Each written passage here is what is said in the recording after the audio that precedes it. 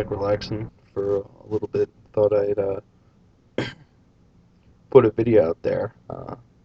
Haven't had a video out in, I don't know, probably 6, 7, who knows how long, last summertime around that, because, well, my camera went down, so haven't really gotten anything, but I've always had my laptop, which has an integrated camera in it, and recently, because of my professional development, I had to do like online virtual courses. So in the packet of materials and whatnot they actually sent me this headpiece. So I was like, I put two and two together, and about after a couple of the classes that I just recently started here in February, that I can put up at least videos of my thoughts and opinions again, and what's been going on with me, and hopefully I can get a couple things out. I don't promise a lot of videos because the fact I'm pretty busy with everything, career oriented and everything. But anyway, it's good to be back, and I'm super excited that the new NID Codex is out because lots of cool things that people can be doing, and it's very interesting. My initial thoughts is I like some of the fluff that they put out there, and some of the fluff I really hate that they sort of betrayed what's been done in the past. And I'll talk a little bit more probably in an article about what I liked and what I didn't like fluff wise, and you guys can share your opinions as well. Um, in terms of the army list, I guess same complaints. Making Carnifexes uh, useless choices compared to other alternatives. Not that they're not useless, I just feel you get a hell of a lot more bang for your buck for other alternatives. So that's really annoying. So everyone that out there that had Carnifexes, um, is a little upset. Not that you can't use them, it's just they're very more effective builds. But I'm sure there's some list in there that you can sit a Carnifex in a drop pod and, you know, I guess it'll be effective, even though you could do a Trigon for less points, and be just as effective, if not more. So that's why the alternatives sort of suck, and just on that aspect. Um, it's interesting what they've sort of done. I feel like from a competitive list, I feel like a lot of the builds are going to be based on uh, destroying mech and essentially troop spam. So that pretty much revolves around Zoanthropes, the, the doom of whatever, in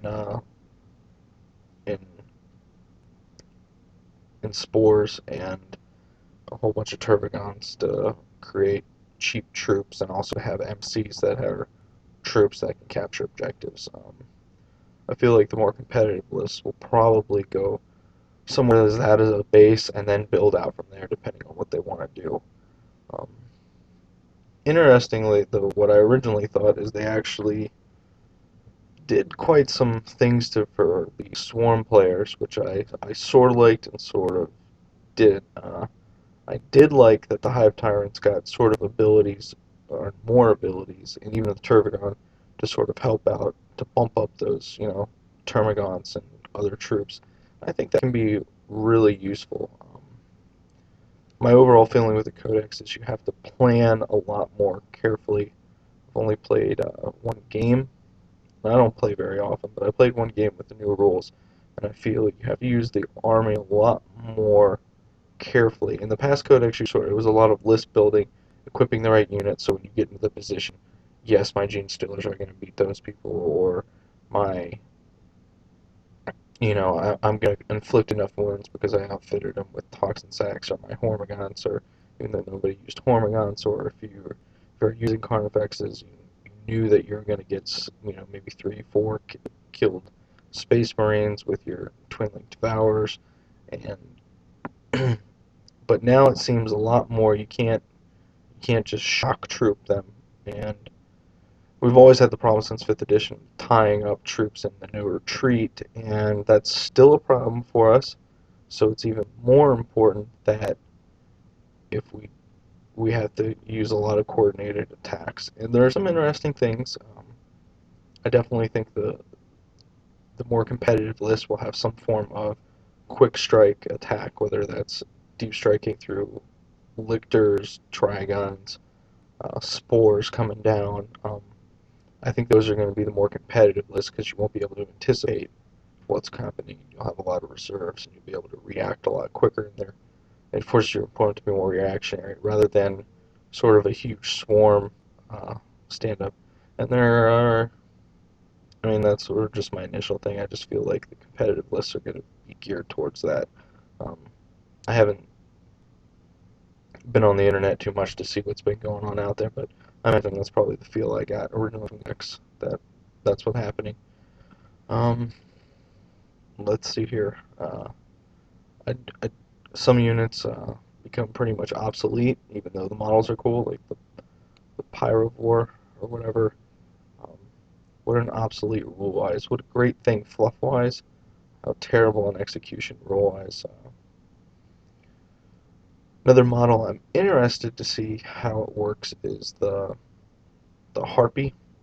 And I had always been an advocate for a flying monstrous creature with about toughness 5.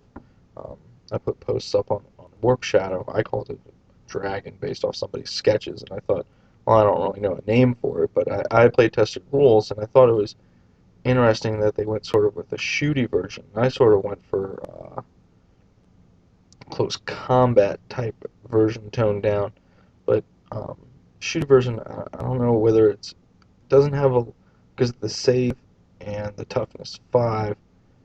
I feel like it's got to be sort of a almost in the same role as a skimmer, where it's got to be like sort of a unit that you use on the flank, harassing things, sort of taking pot shots with those strangle thorn cannons and cluster spines. And I'd always take cluster spines over the other option that was in there, just for the blast template. You know, the range is still 18, but I don't really care about AP. If you're going to lay down 2 blast templates, you know, that can be devastating to a horde army, and that's what I feel that unit's pretty much geared towards. So that's sort of my initial impressions. Um, I do like, you know, some of the drawings, the new characters, the art. I like that, but that's pretty much it for right now. But I'm definitely interested to see all the crazy conversions and everything, and I'll do a unit breakdown, roles, and likes and dislikes probably in the future sometime. All right, take care, guys. But it's good to at least have the capacity to get back on YouTube and communicate with people, even though I always do reply to personal messages that you guys give me.